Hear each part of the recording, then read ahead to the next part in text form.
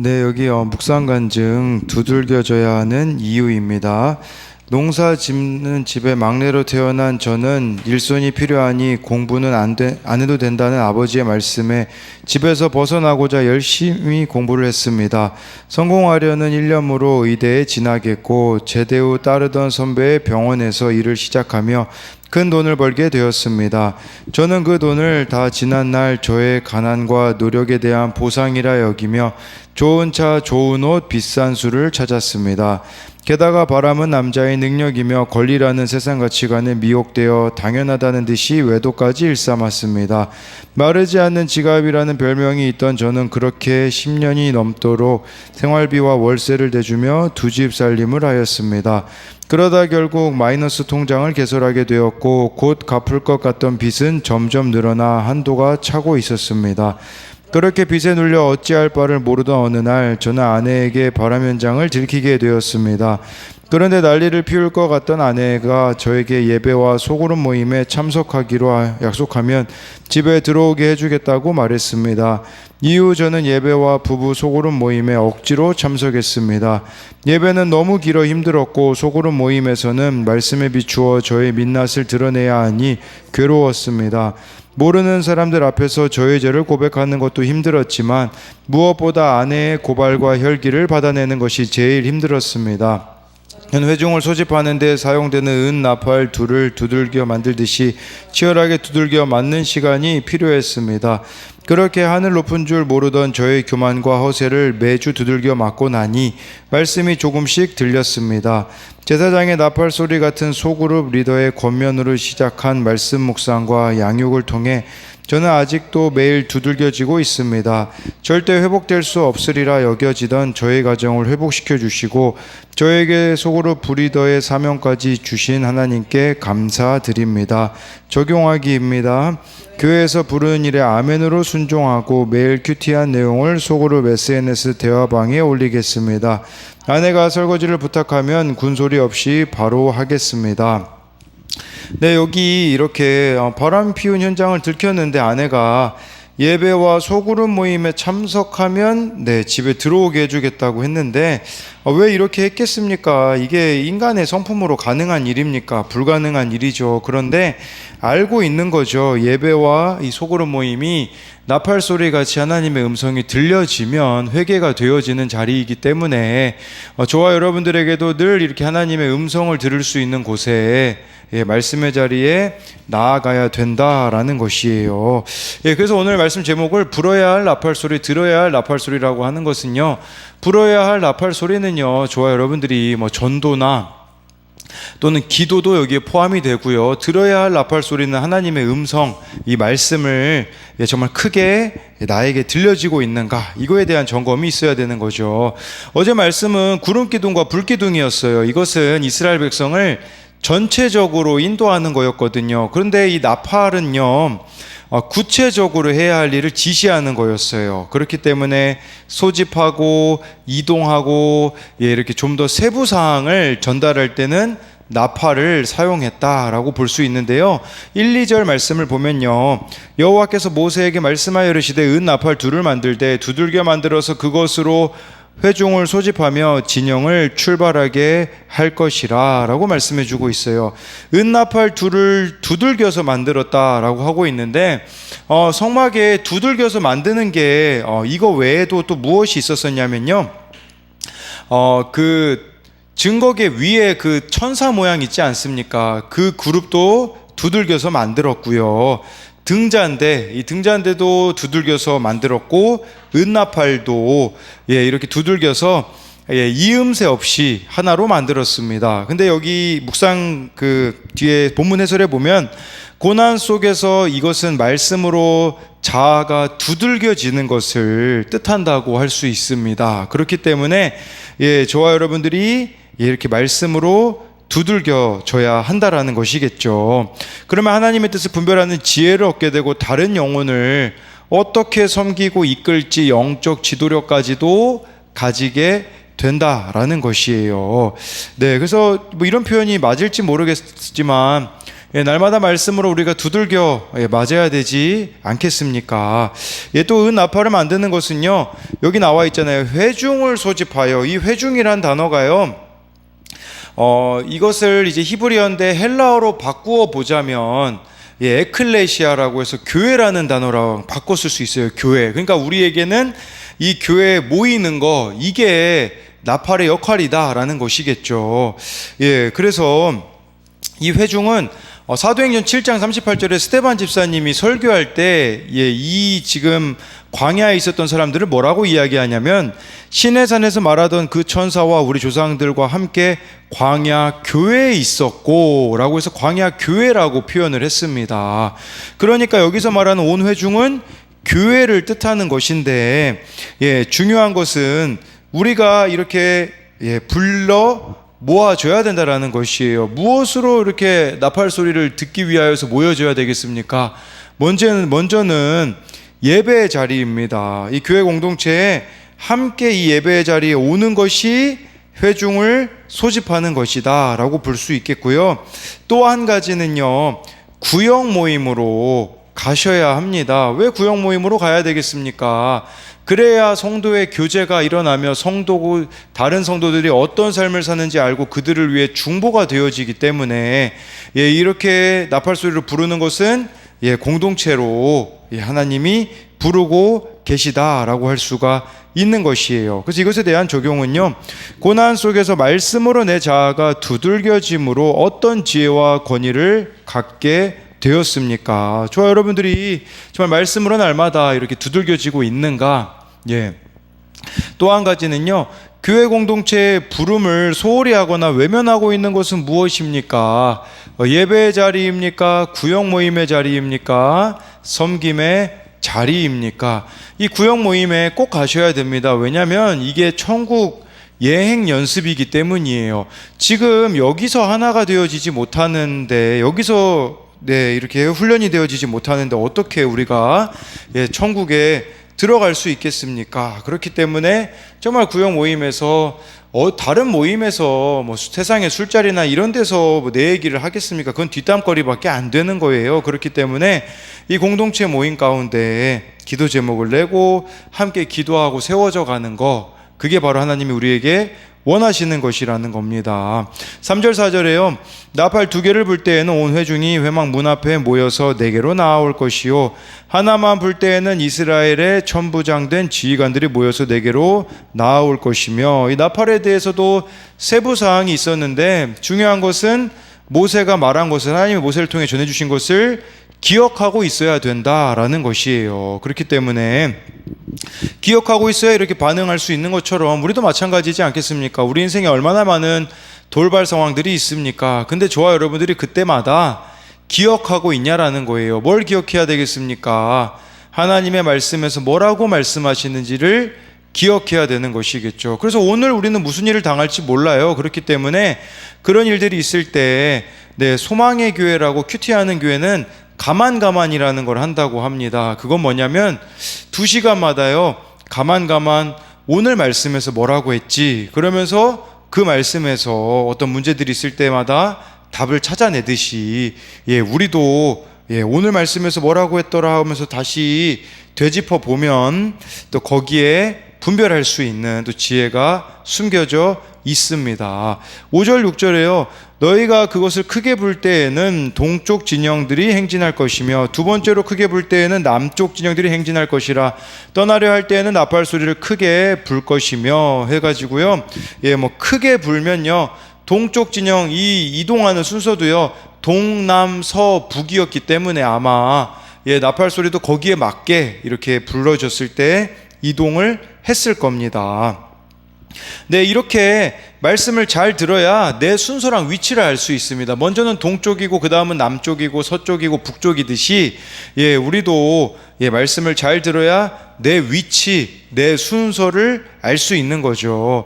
그리고 더 나아가 우리도 예배와 이렇게 큐티로 선포되는 말씀을 통해 또 질서와 순종도 배워가야 한다라는 것이에요. 그래서 5절 6절에 대한 적용은 하나님의 나팔 소리에 따라 오늘 내가 있어야 할 자리는 어디입니까? 저와 여러분들이 말씀이 크게 들리잖아요. 그러면 가르쳐 주시는 게 반드시 있을 거예요. 어디를 가야 된다, 어디를 지키고 있어야 된다, 이런 것들을 저와 여러분들이 잘 분별해 가야 한다라는 것이겠죠. 7절에요. 또 회중을 모을 때에도 나팔을 불 것이나 소리를 크게 내지 말며라고 해가지고요. 이렇게 나팔 소리에는 다양한 뜻이 있잖아요. 회중을 모을 때는 이렇게 크게 소리를 내지 않았다라고 하고 있는 것이죠. 그러니까 이 나팔 소리에 대한 그 분명한 이해가 있어야 하고, 중요한 것은 귀 기울이고 있어야 되었다라고 할 수 있지 않겠습니까? 저는 좀 그렇게 좀 보여지더라고요. 그 구름 기둥과 불 기둥은 눈으로 보는 거 아니겠습니까? 물론 느낄 수도 있겠지만요. 근데 나팔 소리는 귀로 듣는 거예요. 그러면 어제 말씀과 오늘 말씀을 연결해 보자면 어떤 의미가 있겠습니까? 저와 여러분들이 하나님께 눈과 귀가 집중하고 있냐라는 것이겠죠. 근데 우리가 사실 하나님하고 거리가 멀어지는 거는요, 뭘 통해 알 수 있냐면 내가 뭘 듣고 있는가, 내가 뭘 보고 있는가를 보면요 알 수 있어요. 지금 얼마나 많은 미디어 중독이 있습니까? 막 영상에 얼마나 많은 영상들이, 자극적인 영상들이 있으며, 그런 것에 우리가 눈과 귀를 빼앗기게 되어지면요, 하나님과 멀어질 수밖에 없어요. 지금 이 말씀은 눈과 귀를 하나님께 고정하고 있으라는 뜻이 아니겠습니까?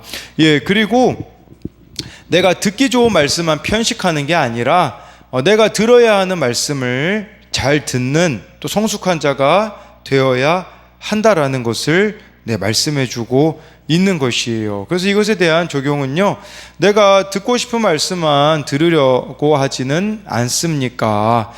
내가 들어야 하는 말씀을 통해 회개에 이른 적이 있습니까? 이 듣고 싶은 말씀만 듣는다면 회개는 이루어질 수 없습니다. 그러나 들어야 하는 말씀만이 우리를 회개로 인도한다라는 것을 기억해야 한다라는 것입니다. 8절에요. 그 나팔은 아론의 자손인 제사장들이 불지니 이는 너희 대대의 영원한 율례니라. 이 나팔은 제사장들만 불 수가 있었습니다. 그래서 하나님의 말씀을 가장 먼저 받은 제사장들이 나팔 소리로 백성에게 알리는 역할을 한다면 우리들에겐 어떤 의미가 있겠습니까?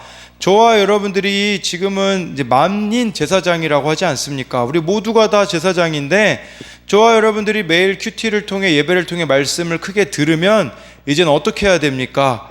나팔을 불어야 된다라는 말이에요. 이 불어야 된다라는 것은 어떤 의미겠습니까?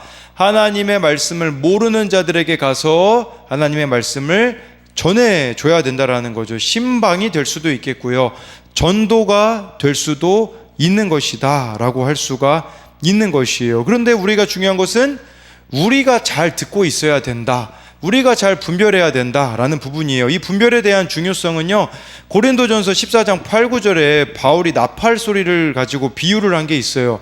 만일 나팔이 분명하지 못한 소리를 내면 누가 전투를 준비하리요?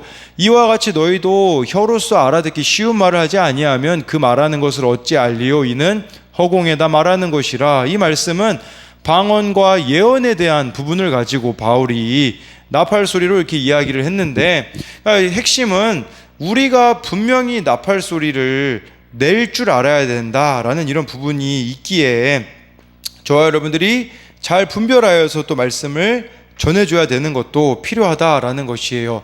또 요한계시록 1장 9절 10절에 보면요, 나 요한은 너희 형제요 예수의 환난과 나라와 참음에 동참하는 자라. 하나님의 말씀과 예수를 증언하였으므로 말미암아 밤모라 하는 섬에 있었더니 주의 날에 내가 성령에 감동되어 내 뒤에 나는 나팔 소리 같은 큰 음성을 들으니 라고 해가지고요, 10절에 주의 날이라고 했습니다. 그래서 주의 날은 주일날이죠. 주일날에 나팔 소리 같은 큰 음성을 사도 요한은 들었다라는 거예요. 상황은 어떤 상황이었습니까?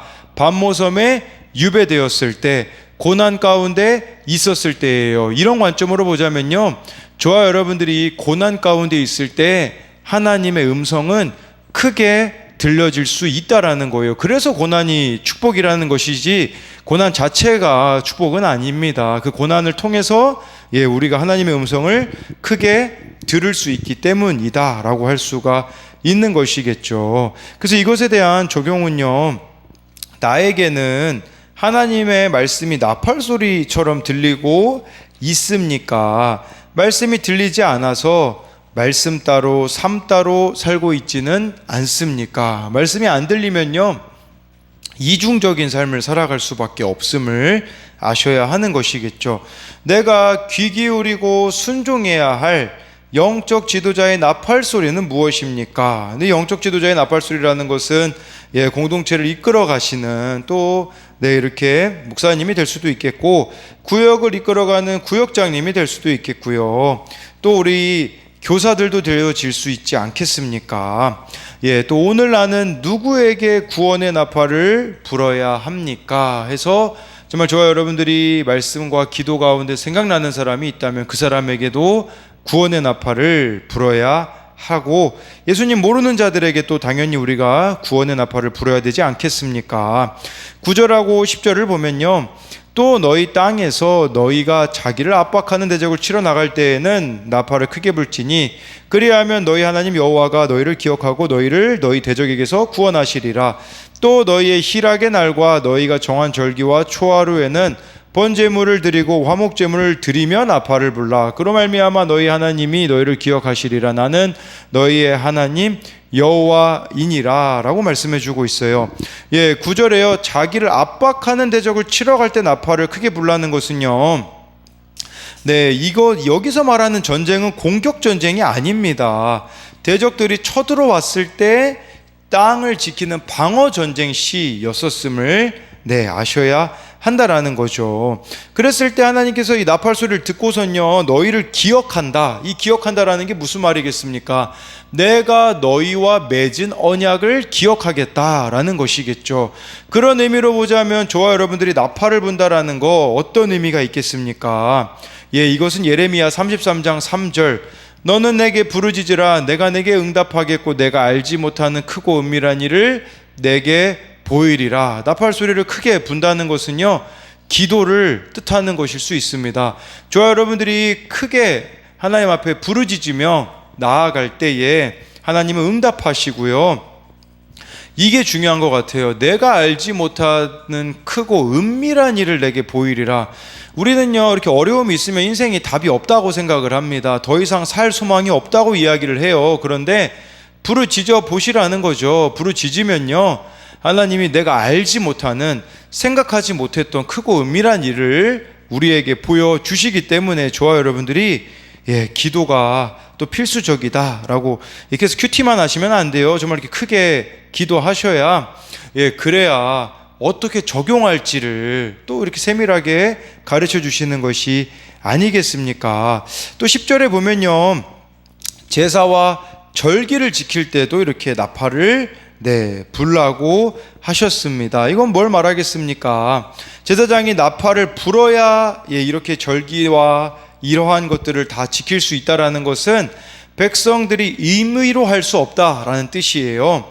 자기 편의에 따라, 자기 입맛에 따라 이렇게 순종하는 척하지 말고 하나님의 뜻에 따라서 분명하게 순종하라라는 것이겠죠. 안 되어지면 이유가 있는 거예요. 근데 억지로 그 안 되어지는 것을 되게 하는 것은 잘못된 것이죠. 저는 이거 봤을 때 누가 생각났냐면 그 이스라엘 초대 왕 사울이 떠올랐어요. 전쟁은 나가야 되는데 제사는 드려야 되겠는데 사무엘이 늦게 온단 말이죠.